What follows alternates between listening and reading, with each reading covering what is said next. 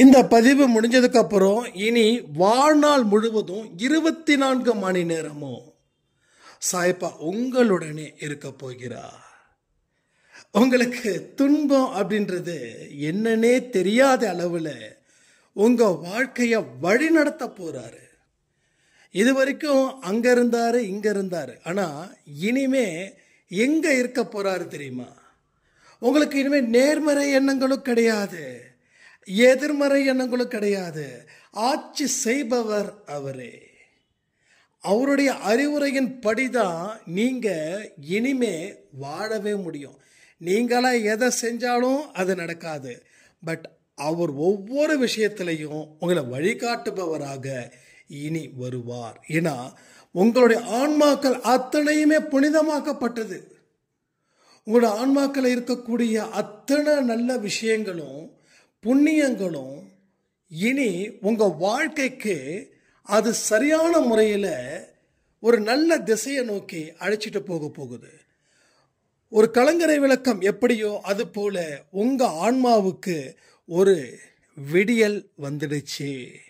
என்ன சொல்லணும்னா, அழுதுகிட்டு இருந்த ஆன்மா இனி வாய் விட்டு சிரிக்க போகுது. உங்க வாழ்க்கையில் அத்தனை மலர்ச்சியையும் அது கொடுக்க போகுது. நீங்க யாரு என்ன அப்படின்றத இந்த உலகத்துக்கு காட்ட உங்க ஆன்மா துடிக்குது. கூட சாயப்பாவோட கைகளும் உங்கள் தலை மீது தொடர்ந்து இருந்துகிட்டே இருக்கும். யாரும் உங்களை தொட்டு பார்க்க முடியாது, உங்களை அசைச்சு பார்க்க முடியாது. உங்களுக்கு எந்த விதமான கெட்ட எண்ணங்களையும் அவர்கள் உங்களுக்கு புகுத்தவும் முடியாது. அந்த மாதிரி ஒரு பியூரிஃபையா நீங்க இருக்கீங்க. இனி எல்லா ஜென்மத்திலையும் உங்களுக்கு எந்த பிரச்சனைகளும் இருக்காது.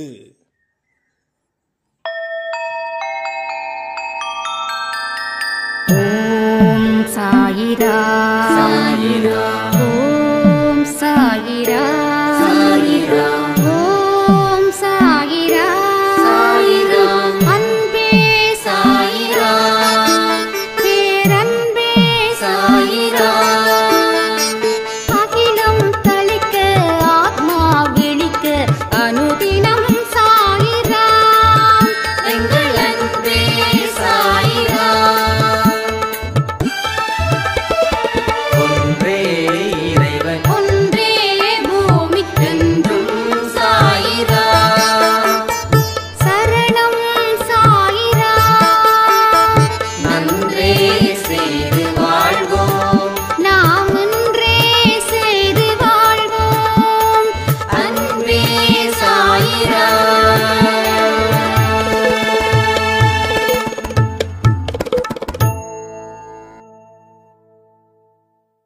சாய்ராம். என் உயிரின் உயிரானவர்களே, ஒவ்வொரு நொடி பொழுதும் சாயப்பாவுடைய அருள் மட்டும் எனக்கு கிடைக்கணும். அவருடைய பார்வையில் நான் வாழணும். அப்போதான் என் வாழ்க்கையில் துன்பம் அப்படின்ற ஒரு விஷயம் இருக்காது. அதற்கு நான் என்னென்ன வழிகளில் நான் அதை செய்ய முடியும் அப்படின்னு ஒரு சாய்ராமுடைய கேள்வி. அதே போல் ஒரு 2 சாய்ராமுடைய மிராக்கிள், அதையும் நாம் பார்க்க போகிறோம். நடக்கவே முடியாது அப்படின்ற ஒரு விஷயத்தை நடத்தி வைப்பது தான் நம்ம சாயப்பாவுடைய பலம். என் பலத்தை தெரிஞ்சுக்கிட்டு அடியெடுத்து வைக்கும்போது கடவுள் அவருடைய கைகளை கொடுத்து நமக்கு உதவி புரிகிறார்.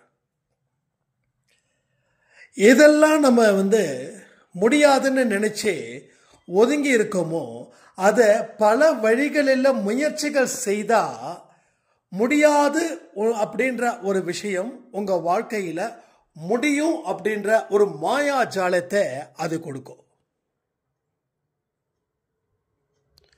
கடவுளோட அனுக்கிரகங்கள் பெற்ற குழந்தைகளா நான் இருக்கணும் அப்படின்னு அந்த சாய்ராமுடைய கேள்விக்கு ஒரே பதில், நீங்க கடவுளுடைய அருளை பெற்றவர்களாக 100% இருக்கிறீங்கன்றத நீங்க என்னைக்கு நம்புறீங்களோ அன்னைக்கு அருள் மழை பொழியும் உங்கள் வீட்டில். அப்ப நீங்க எல்லாருமே கடவுளுடைய குழந்தை, கடவுளுடைய குழந்தை, கடவுளுடைய குழந்தை. நீங்க சாத்தானுடைய குழந்தையா இருந்தா அன்பே சாயோடையவை எப்படி கேட்க முடியும்? எப்படி 4 பேருக்கு உதவிகள் செய்ய முடியும்? இதுவரைக்கும் சாப்பாடு கொடுத்தவங்க 30-35 பேர், எத்தனையோ பேர் பண உதவிகளும் கொடுத்துருக்கீங்க. எப்படி உதவ முடியும் மற்றவர்களுக்கு? ஏதாவது ஒரு பலனை எதிர்பார்த்து இந்த 30 பேர் சாப்பாடு கொடுத்துருப்பாங்கன்னு சொல்ல முடியுமா? நான் சொல்றேன், என்னுடைய சொந்தம் எனக்கு பெருசு. என்னுடைய சொந்தம் எந்த பலனையும் எதிர்பார்க்காம ஒரு வேளை சாப்பாடை கொடுத்துருக்காங்க அப்படின்னா அவங்க கடவுளுடைய குழந்தையா தானே இருக்க முடியும். கடவுளை அருள் பெற்றவர்களால் மட்டும்தானே இருக்க முடியும். இன்னொரு சாய்ராமுடைய விஷயமும் இன்னும் சூப்பர். அண்ணா, எங்க வீட்டில் எங்க கணவர் ஒரு ஏழை குழந்தைங்க கல்யாண செலவுக்காக 5000 ரூபாய் கொடுத்தாங்கண்ணா அப்படின்னாங்க. யோசிச்சு பாருங்க, யோசிச்சு பாருங்க. யாராவது கொடுப்பாங்களா? 100-200க்கு மேல நம்ம கை போகாது. நம்ம ஸ்டேட்டஸ்க்கு தகுந்த மாதிரி கொடுப்போம். ஒரு கல்யாணம்னா 5000 ரூபாய் நம்ம கொடுப்போம். ஏன் கொடுப்போம்னா அதே 5000 திருப்பி வரும் அப்படின்னு. ஆனா ஒரு ஏழைக்கு அவங்க கொடுக்கறாங்க அப்படின்னா அவங்க கடவுளோட குழந்தைகள் தான். எந்த பலனையும் எதிர்பார்த்து அவங்க கொடுக்கல. எனக்கு என்ன வகையில லாபம் இருக்குது, இதை கொடுத்தா எனக்கு 15000 ரூபாய் கிடைக்கும், சத்தியமா அப்படி கொடுத்துருக்க மாட்டாங்க. ஏன்னா நீங்க எல்லாருமே கடவுளோட குழந்தை. நான் திரும்பவும் சொல்றேனே, அவங்கள வச்சா நீங்க எங்களையும் சொல்றீங்க அப்படின்னு கேட்டா எஸ், 100%. ஒலை கொதிக்கும் போது ஒரே ஒரு பருக்க எடுத்து பார்க்கலையா, சாப்பாடு வெந்துருச்சா வேகலையா அப்படின்னு. அது போலதான் ஒருவேளை நம்ம ஆரம்பத்தில் பலனை எதிர்பார்த்தாலும் அதனுடைய முடிவு பலனை எதிர்பார்க்காத குழந்தைகளாக நாம மாறி வாழ்க்கையில கடவுளுடைய மனதில் இடம் பிடிப்பவர்களாக நாம மாறுவோம் தானே, மாற முடியும் தானே. 1000 பிரச்சனைகள் இருக்கட்டுங்க, கடவுளோட மனசுல இடம் பிடிக்கணுங்க. அதாங்க என் லட்சியம். இத மற்றவங்களால சொல்ல முடியாது, ஆனா உங்களால மட்டும் அதை சொல்ல முடியும். நான் உங்ககிட்ட கேட்டேன்னா நீங்க சொல்லுவீங்களான்னு, இல்ல கமெண்ட்ல கேட்டேன்னா உங்ககிட்ட இந்த அளவுக்கு நான் புரிஞ்சு வச்சிருக்கேன்னா எந்த அளவுக்கு அன்பே சாய் குடும்பம் ஏன் ரத்தத்துல ஊறி இருக்கும் அப்படின்றத நினைச்சு பாருங்க. பிரச்சனைகளை பத்தி இங்க யாரும் பயப்படல. கடவுளுடைய மனதில் நான் இருக்கணும், கடவுளோட பார்வையில இருக்கணும், கடவுள் என்னோடனே இருந்தா அதுவே எனக்கு போதும், எனக்கு பிரச்சனை தீர்ந்தா என்ன தீராட்டி என்ன அப்படின்னு சொல்லக்கூடிய அன்பே சாய் குடும்பத்தில் இருக்கிறவங்க அதிகம். அன்பு ஒன்றை தாண்டி வேற எதுவுமே ஈடு இணை செய்ய முடியாது. இங்க கூட கவிதா சாய்ராம் அவங்க கேட்டாங்க, அப்பா உங்க பர்த்டே வருது, உங்களுக்கு ஏதாவது ஒரு கிஃப்ட் வாங்கி தரணும், என்ன சொல்லுங்க என்ன சொல்லுங்க என்ன சொல்லுங்க. என்ன கேட்க முடியும்? எனக்கு என்ன கேட்கறதுன்னு தெரியல. ஏன்னா நான் கேட்டே கடவுள்கிட்ட பல வருஷம் ஆகுது. அப்போ நான் ஒன்னே ஒண்ணுதான் கேட்டேன், உங்க அன்பு ஒன்று இருக்குல்ல அது எனக்கு எப்பயுமே கொடுங்க, அது போதும். இல்ல அது இந்த ஜென்மத்தில் மட்டும் இல்லை எல்லா ஜென்மத்திலையும் அது கிடைக்கும் அப்படின்னாங்க. அது ஒன்னே போதும், அதை தாண்டின எதுவுமே எனக்கு பெருசா தெரியல, அதை தாண்டின எதுவுமே எனக்கு ஒரு கொண்டாட்டமா கூட தெரியல. அந்த அன்பு ஒன்னே ஒன்று, அதை மட்டும் கொடுத்தா போதும். ஏன்னா சாயப்பாவும் அதான் எதிர்பார்க்கிறாரு, இந்த சந்தோஷ் அவனும் அதான் எதிர்பார்க்கிறா. அப்ப கேட்டுக்கிட்டு இருக்கிற நீங்களும் அதை தானே எதிர்பார்க்கிறீங்க. ஒரு பொருளா கொடுத்து விலை பேச முடியாது, ஆனா அன்பை கொடுத்து எவ்வளவு வேணாலும் அந்த ஒரு அழகை பெற முடியும். கரெக்ட் தானே? அதுக்காக நீங்க கொடுக்கறத தப்புன்னு சொல்லல, நீங்க கொடுக்கறத தப்புன்னு சொல்லல. பட் அதை விட பெருசு உலகத்திலேயே எதுவுமே இல்லை அப்படின்னு சொல்ல வர. அதோட பெருசு உலகத்தில் எதுவுமே இல்லை. உங்க அன்புக்கு நான் அடிமை, அவ்வளோதான். ஒரே வார்த்தை தான். வேற எங்கேயுமே நான் தலை குனிய மாட்டேன். ஆனா அன்பால யார் என்ன கிட்ட வராங்களோ அவங்களுக்கு நிச்சயமா நான் அடிமையா இருப்பேன். ஏன்னா நம்ம சாயப்பா சொல்லி கொடுத்த பாடம் அந்த பாடம். அதை தாண்டின பாடம் எதுவுமே இல்லை. ஏன்னா அன்பினாலேயே நான் வளர்ந்தேன். கீழே குப்பையில கடந்தேன்னா அன்புனால மட்டும்தான் இங்க நிக்கிறேன். அப்போ அந்த அன்பு எவ்வளோ பெரிய விஷயத்தை கொடுக்குதுன்றத நம்ம தெரிஞ்சுக்கலாம். அப்போ கடவுளோட அருளை பெற்றவர்களால் மட்டும்தான் அன்பான பாடத்தை படிக்க முடியும். அன்பானது தான் வாழ்க்கையில் மிகப்பெரிய ஒரு விஷயத்தை ஏற்படுத்த முடியும் அப்படின்னு எனக்கு நல்லா தெரியுது. உங்களுடைய பர்த்டே கிஃப்ட் எனக்கு வரணும் அப்படின்னும் போது அது உங்களுக்கு சந்தோஷத்தை கொடுக்குது அப்படின்னா கண்டிப்பாக நீங்கள் என்ன கொடுத்தாலும் நான் வாங்கிக்க ரெடி. ஏன்னா அதை நான் பொருளாக பார்க்கல, அதை அன்பாக மட்டும்தான் என்னால் பார்க்கவே முடியும். சரியா? அப்போ கடவுளுடைய அருள் எப்பேற்பட்டதா இருக்குது, அதற்கு என்ன செய்யணும் அப்படின்னா, கடவுள் நம் மீது அன்பா இருக்கணும்னா நாம் பிறர் மீது அன்பாக இருக்க வேண்டும். அவ்வளவுதான், வேற ஒண்ணுமே இல்லை. எல்லா விஷயங்களும் வெளியில இல்லை, எல்லாமே உள்ளுக்குள்ளதான் இருக்கு. எல்லாமே உள்ளுக்குள்ளதான். உள்ளதான் அந்த பொக்கிஷம் இருக்கு, வெளியில பொக்கிஷம் இல்லை. வெளியில புதையல் இல்லை, உள்ள புதையல் இருக்குது. உங்களுக்கு உள்ளதான் அந்த புதையல் இருக்குது. அத நீங்க எந்த அளவுக்கு உங்களுக்கு உள்ள போய் ஆழமா தேடுறீங்களோ தேட தேட உங்களுக்கு சொர்க்கம் மட்டும்தான் கிடைக்கும். ஆனா வெளியில எவ்வளவுக்கு எவ்வளவுதான் நீங்க சொர்க்கத்தை தேடினாலும் அது நரகத்தை தான் கொடுக்கும். அப்போ உள்ள தேடு, வெளியில தேடாத. ஏன்னா உள்ளுக்குள்ளதான் அத்தனையும் இருக்குது. என்னைக்கு அமைதி உனக்கு கிடைக்குதோ அன்னைக்கே அன்பா இருக்குன்னு அர்த்தம். என்னைக்கு வெறுப்பு தான் உனக்கு கிடைக்குதோ மற்றவங்க கிட்ட நீ அன்பா இல்லைன்னு அர்த்தம். எதிர்பார்த்து எதிர்பார்த்து எதிர்பார்த்து ஏமாந்து போகாத. யாரையும் எதிர்பார்த்து ஏமாந்து போகாத. எதிர்பார்ப்புகள் இருக்க இருக்க ஆசைகள் அதிகரிக்கும். ஆசைகள் அதிகரிக்க அதிகரிக்க துன்பங்கள் அதிகரிக்கும். துன்பங்கள் அதிகரிக்க அதிகரிக்க ஞானம் பிறக்காத வெறுப்பு தான் வரும். வெறுப்பு வந்துருச்சுன்னா வாழ்க்கை சூனியமா போயிடும். வாழ்க்கையில எதையுமே சாதிக்க முடியாம போயிடும். நீ எத்தனையோ சாதிச்சிருப்ப, ஆனா ஒரு சர்டன் ஸ்டேஜுக்கு மேல உன்னால சாதிக்க முடியாத அளவுக்கு உன்னுடைய வானம் இருண்டு போயிடும். இரவு இருண்டு போனா பரவாயில்ல, பகலும் இருண்டு போனா என்ன ஆகுறது? சூரிய ஒளி இல்லைன்னா என்ன ஆகும்? மனுஷன் உயிர் வாழ முடியாது. இயற்கை உயிர் வாழணும்னா அதுக்கு சூரிய ஒளி இருக்கணும். ஆனா வானம் எப்பொழுதும் இருண்டு போயிருந்துச்சுன்னா அப்படிதான் நம்ம வாழ்க்கையும். அதனால எல்லா விஷயத்தை இருந்தும் நீங்க யோசிச்சு பாருங்க, நாம செய்யறது சரியா? நாம கரெக்டான ரூட்ல தான் போறோமா? நாம எல்லாமே நினைச்சுக்கிட்டு இருக்கோம், நான் சக்சஸ் ஆயிட்டேன், எனக்கு சந்தோஷம் கிடைக்குதுன்னு. ஆனா அந்த ஏமாற்றம் வரும்போது நீ அதோகதியில தொங்கிட்டு இருக்க, ஒரு இடத்துல கையை பிடிச்சுக்கிட்டு தொங்கிட்டு இருக்கிற நீ, உன்னை காப்பாற்றுவதற்கு யாரும் இல்லை. கையில இருக்கத்த பலம் கொண்டு நீ தொங்கிட்டு இருப்ப.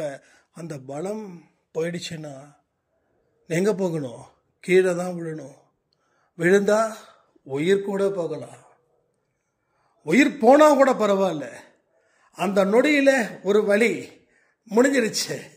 ஆனா கை போய் காலு போனா கடைசி வரைக்கும் அதை ஏத்துக்கிற அளவுல நம்ம மனசு அவ்வளவு சீக்கிரம் ஏத்துக்குமா என்ன?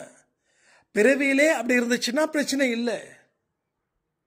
ஆனா நல்லா இருக்கும் போது திடீர்னு கண்ணு போயிடுச்சுன்னா யோசிச்சு பாருங்க, அது நரக வேதனை.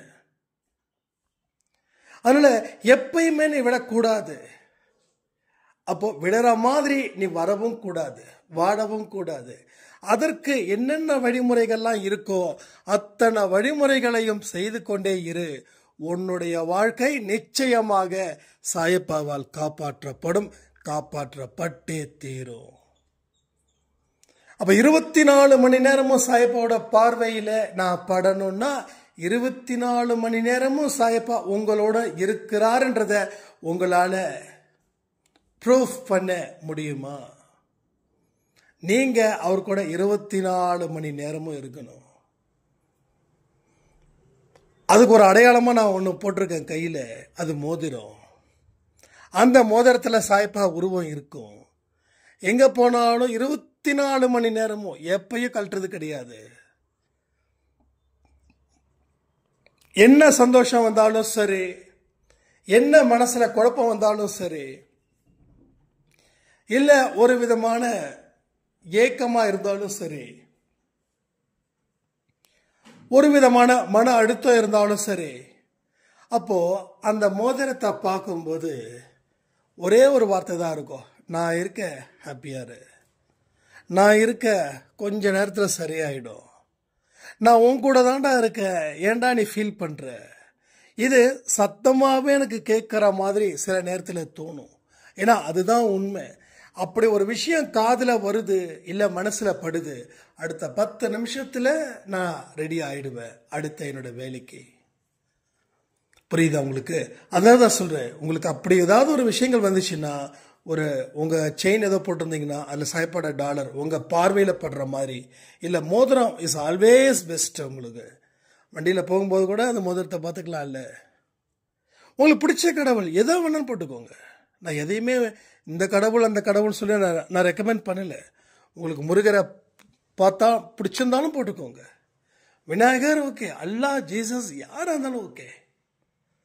ஒரு பார்க்கும் போதெல்லாம் ஒரு பூஸ்ட்டு, ஒரு சார்ஜ் ஏற்றிக்கிறது, பாடியில் மைண்டில் சார்ஜ் ஏற்றிக்கிறது. ஸோ அப்படிப்பட்ட விஷயங்கள் வரும்போது நீங்கள் 24 மணி நேரமும் அவர் கூடவே இருக்கிறது போல ஒரு முக்கியமான ஒரு ஆதாரம் உங்கள் ஆழ் மனசுக்குள்ள போய் சேரும். அப்போ ஆழ் மனசுக்குள்ள ஏற்கனவே இருந்த எதிர்மறை எண்ணங்கள் சாய்ப்பாட ஃபோட்டோவை பார்க்க பார்க்க பறந்து ஓடி போயிடும். இல்லை அடக்க ஒடுக்கமாக இருக்கும். எந்த இடத்துலையும் அது உங்களை ஆளணும் அப்படின்னு அது நினைக்காது. அப்போ அந்த ஆழ் மனசுலயே சாய்ப்பா உட்கார வச்சாச்சு. இங்க ஆழ் மனசுக்குள்ளேயே சாய்ப்பா உட்கார வச்சாச்சு. அங்க எதிர்மறை எண்ணங்களும் இல்லை, நேர்மறை எண்ணங்களும் இல்லை. அங்க ஆட்சி செய்பவர் யாரு? சாயப்பா. அவர் ஆட்சி செய்கிறாருன்னா, ஒரு நல்லவன் ஆட்சி செய்தா நாடு எப்படி இருக்கும்? அந்த மாதிரி அரசியலுக்குள்ள போக வேண்டாம். அதனாலதான் அதை தாண்டி வந்துட்டேன். ஸோ அந்த ஆழ் மனசுக்குள்ள சாயப்பாவை ஆட்சி செய்ய விட்டா அவர் உங்களை நல்ல முறையில் உங்களை பயன்படுத்திப்பார். அவர் உங்களை பயன்படுத்திக்கிட்டாருன்னா உங்களோட வாழ்க்கையில் சாய்ராமுடைய கேள்விக்கு பதிலே கிடைச்சிரும். துன்பங்கள் இல்லாத பெரும் வாழ்க்கையை நீ வாழுவாய், நீ சரித்திரம் படைப்பாய், எல்லா விஷயமும் உனக்குள்ளே இருந்துதான் வெளிப்படுதுன்ற உண்மையையும் அவர் புரிய வைப்பார். உன் வாழ்க்கையில் இனி நீ சூப்பரா செமையா ஒரு அழகான ஒரு அற்புதமான ஒரு அதிசயமான ஒரு குழந்தையா நீ மாறுவாய் அப்படின்ற ஒரு விஷயமும் அங்க புரியும். இங்கே ஒவ்வொரு விஷயமும் உங்களுக்கு நல்லதாகவே தான் நடத்தி கொடுத்துட்டு இருக்கார் இந்த நொடி வரைக்கும். ஒரு சாய்ராமுடைய இன்னொரு கேள்வி என்ன அப்படின்னா, அண்ணா எனக்கு வந்திருக்கக்கூடிய ஒரு டிசீஸ் நீங்க சொன்னதுக்குள்ள அடங்குமா இல்ல அடங்காதா? அப்ப இந்த 48 நாள் பயிற்சியில என்னுடைய நோய் தீருமா அப்படின்னு கேட்டாங்க. எல்லாத்துக்கும் ஒரே பதில், இது என்ன நோய்? சின்ன நோய், பெரிய நோய்? ஏன் பெரிய நோய்க்கு கடவுள் நம்மளை காக்க மாட்டாரா?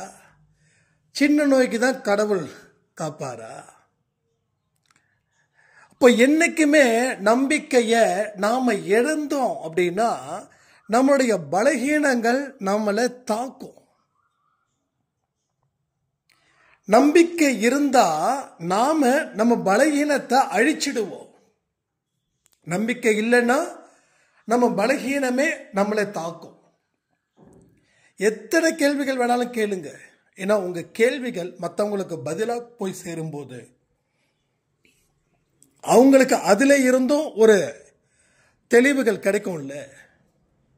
சில நோய்கள் வாழ்க்கை லைஃப் ஸ்டைலுக்காக ஏதாவது தப்பா வாழ்ந்தோம் அப்படின்னா வரக்கூடிய வியாதிகள்.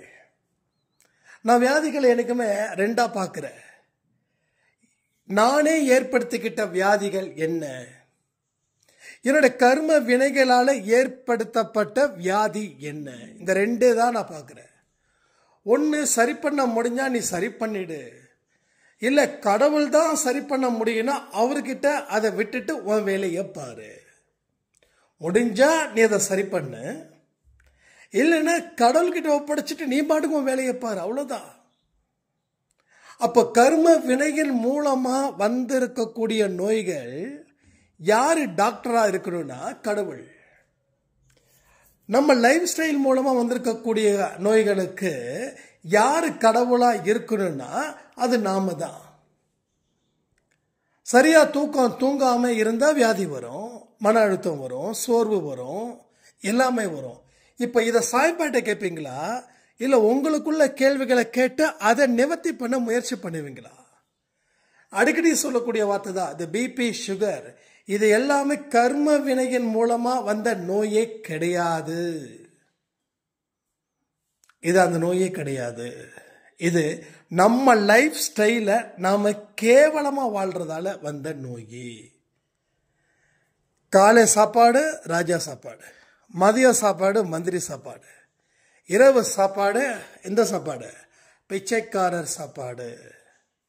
பிச்சைக்காரர் என்ன பண்ணுவாரு, எது கிடைக்குதோ அதை சாப்பிட்டுட்டு அவ்வளோதான் கடவுள் இன்னைக்கு நமக்கு கொடுத்துருக்கான் அப்படின்னு சொல்லி அதை சாப்பிட்டு தூங்கிடுவார்.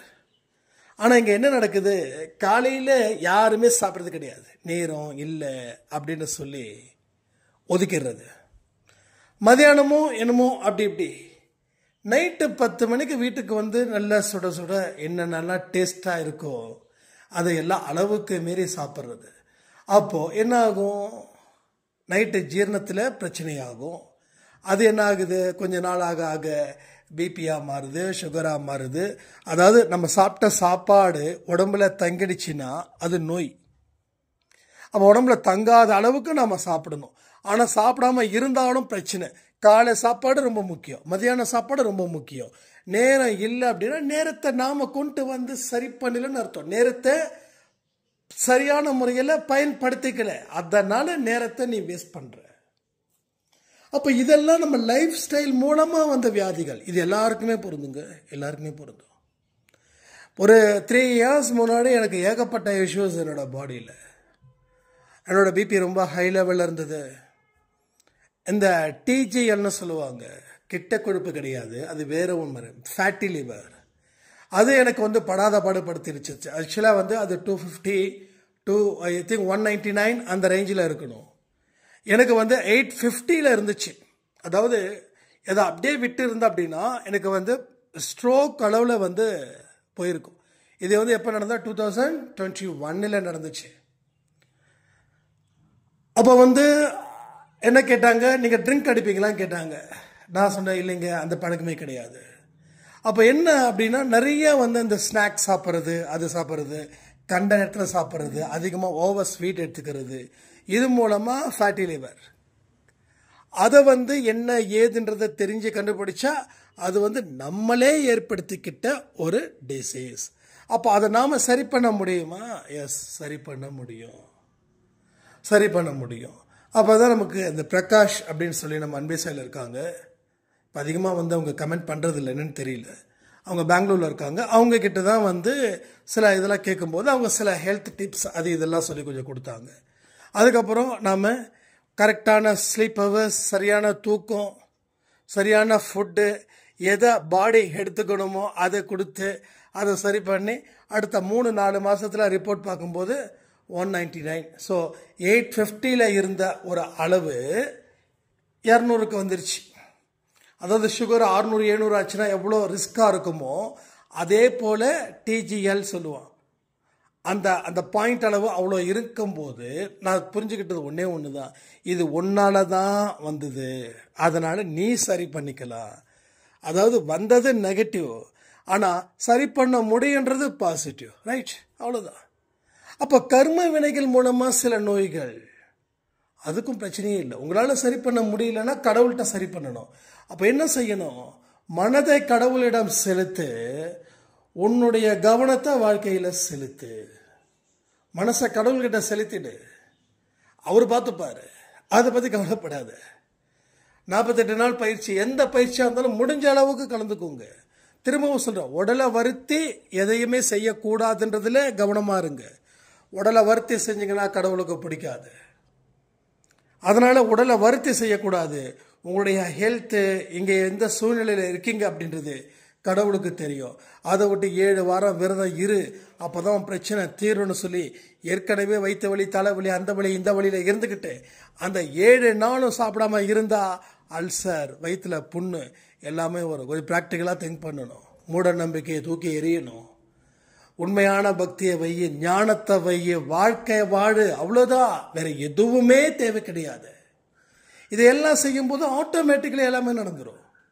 அப்போது நமக்கு கர்ம வினையினால் ஏற்பட்ட நோய் தீராதா அப்படின்னு யாரும் தயவுசெய்து கேட்டுறாதீங்க. அப்போ நான் பேசுனதுக்கு எதுவுமே ஒர்த்தே இல்லாமல் ஆகிடும். அப்போது நம்மளால் ஏற்பட்ட நோயை நாமளால் தீர்க்க முடியும் போது கர்ம வினையினால் ஏற்பட்ட நோயை கடவுள் தனது பலத்தை கொண்டு தீர்க்க மாட்டாரா? நீங்கள் ஒரு மனுஷனாக இருக்கிற உங்களுக்கே பலம் இவ்வளோ இருந்து நீங்கள் தீர்க்கிறீங்கன்னா கடவுள் எவ்வளோ பெரிய பலம் வாய்ந்தவர். அவர் அந்த கர்ம வினைகளால் ஏற்பட்ட நோயை தீர்த்து உங்களுக்கு விடுதலை தர மாட்டாரா? கமெண்ட் பண்ணுங்க. எவ்வளவுக்கு எவ்வளவுதான் நெகட்டிவாக யோசித்தாலும் அதை விட பாசிட்டிவாக நமக்கு நிறைய வழிகள் இருக்குங்க. அந்த வழிகளை ஏன் ட்ராவல் பண்ண மாட்டேன்றீங்க? பாலைவனத்தில் தான் ட்ராவல் பண்ணணுமா? சோலைவனம் ஆகாதா? சொல்லுங்க. பாலைவனம் தான் முக்கியமா? சோலைவனம் ஆகாதா? சோலைவனத்தில் போக பிடிக்காதா? மலர்களை ரசிப்பது பிடிக்காதா? இல்லை மலர்கள் கொடுக்கக்கூடிய அந்த வாசனையை இது பண்ண பிடிக்காதா? நாம தான் பயணங்கள் அப்படி சொல்கிறோம். அதனால் எல்லா நோயும் டெஃபினெட்லி தீரும். ஒன்று உங்கள் மூலமாக தீர்க்க முடிஞ்சால் உங்கள் மூலமாக தீர்த்துக்கோங்க. இல்லைப்பா இது எனக்கு ரொம்ப கஷ்டம், இது கடவுள் தானே, கடவுள்கிட்ட அதை விட்டுடுங்க. விட்டுட்டு உங்களுக்கு என்ன பிடிக்குதோ அதை மட்டும் செய்யுங்க. சந்தோஷமாக இருங்க, உற்சாகமான மனநிலை இருங்க. 4 பேர் என்ன இப்படி ஆயிட்டேன்னா நான் எப்படி நல்லா தானே இருக்கிறேன் அப்படின்னு சொல்லி சந்தோஷமாக சிரிங்க. அவ்வளோதான். மனசை நம்ப வைங்க, மனசில் நம்பிக்கையும் வைங்க. வச்சிங்கன்னா வாழ்க்கையிலே நம்பிக்கையோடு நீங்கள் இருப்பீங்க. ஸோ இது எல்லாமே நடக்கும். உங்களுக்குள்ள ஆன்மாக்கள் கிட்டையும் பேசுங்க. இந்த ஆன்மான்னு சொல்லும்போது தான் ஒரு ஞாபகம் வந்தது. 5வது படிக்கிற ஒரு பாப்பா, அவங்க அம்மா ஒரு ஆடியோ கொடுத்துருந்தாங்க. அது நம்ம வாட்ஸ்அப்பில் ஷேர் பண்ணியிருந்தோம். அதில் என்னுடைய பொண்ணு யாருக்கிட்டையும் பேச மாட்டாங்க, ரொம்ப க்ளோஸாக இருக்கிறவங்க கிட்ட தான் அட்டாச்சாக இருப்பாங்க. வேற புதுசாக ஒருத்தவங்கள பார்த்தாங்கன்னா பேசவே மாட்டாங்க. நானும் எவ்வளோ தூரம் சொன்னேன், பாப்பா எல்லாட்டையும் பேசு, பழகு, இப்படி இருக்காதுன்னு. ஒன்றும் கேட்குற மாதிரி இல்லை. செப்டம்பர் மாதம் எல்லாமே சூப்பராக இருக்கும், செமையாக இருக்கும் அப்படின்னு நீங்கள் சொன்னீங்க. சத்தியமாக சொல்கிறேன், அது உண்மை. அந்த மிராக்கிலே நான் பார்த்துட்டேன் அப்படின்னு சொல்லி தொடர்ந்து சொல்கிறாங்க. விநாயகர் சார், நான் ஒரு ஹாஸ்பிட்டலில் ஒர்க் பண்ணிகிட்டு இருக்கேன். விநாயகர் சதுர்த்தி முடிச்சா அது 2-3 நாளில் வந்து எங்கள் இதில் ஒரு சின்ன ஃபங்க்ஷன். அங்கே வந்து எல்லா குழந்தைங்களும் பாட சொல்லி இது பண்ணாங்க. நம்ம குழந்தை வந்து பேசுகிறதே ரொம்ப கஷ்டம். ஸ்டேஜில் போய் பாடுவாங்களான்னு பார்த்தா போனால் முருகர் பாட்டு, கந்த சஷ்டி கவசம், 20 நிமிஷம் எந்த திணறலும் இல்லாமல் எந்த தடையும் இல்லாமல் அழகாக பாடி ஒரு பட்டமும் கொடுத்தாங்க, மாலையும் போட்டாங்க. உண்மையிலே சொல்கிறேன், அதை நினைக்கும் போது இந்த பொண்ணோட அம்மா யாருன்னு சொல்லி கூப்பிடும்போது நான் ஸ்டேஜில் போய் நிற்கும்போது பொண்ணு ரொம்ப பிரில்லியண்ட்டாக இருக்காங்க, ரொம்ப திறமையாக இருக்காங்க, இந்த மாதிரி கூட்டுவாங்க, இன்னும் நல்லா இது பண்ணலாம் அப்படின்ற மாதிரி சொன்னாங்க. என்னால் நம்பவே முடியல சாயண்ணா, எவ்வளோ பெரிய மிராக்கள். நீங்கள் இந்த ஆன்மா கிட்ட பேச நீங்கள் சொன்னீங்க. நான் அடிக்கடி ஆன்மா கிட்ட பேசுவேன், பாப்பாவுக்காக பேசுவேன்.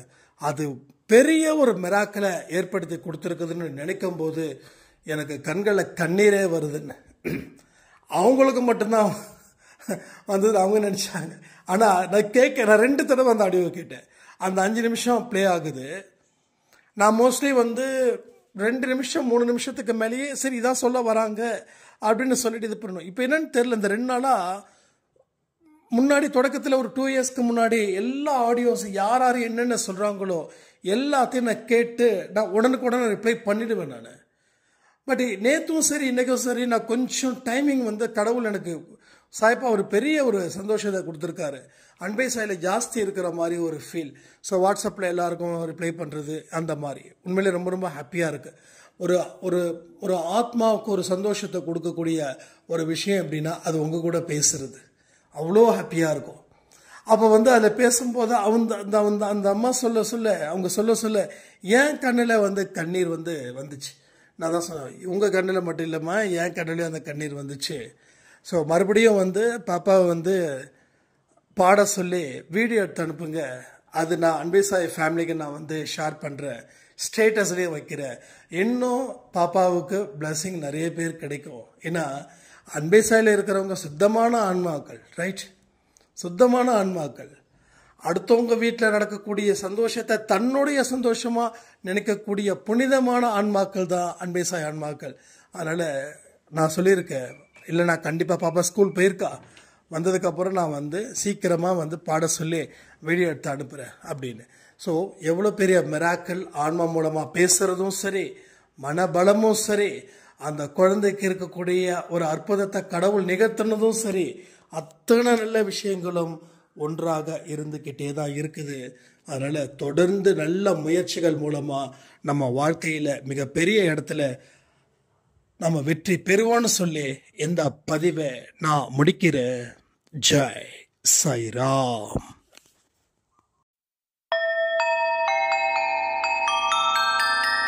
ஓம் சாயிரா சாயிரா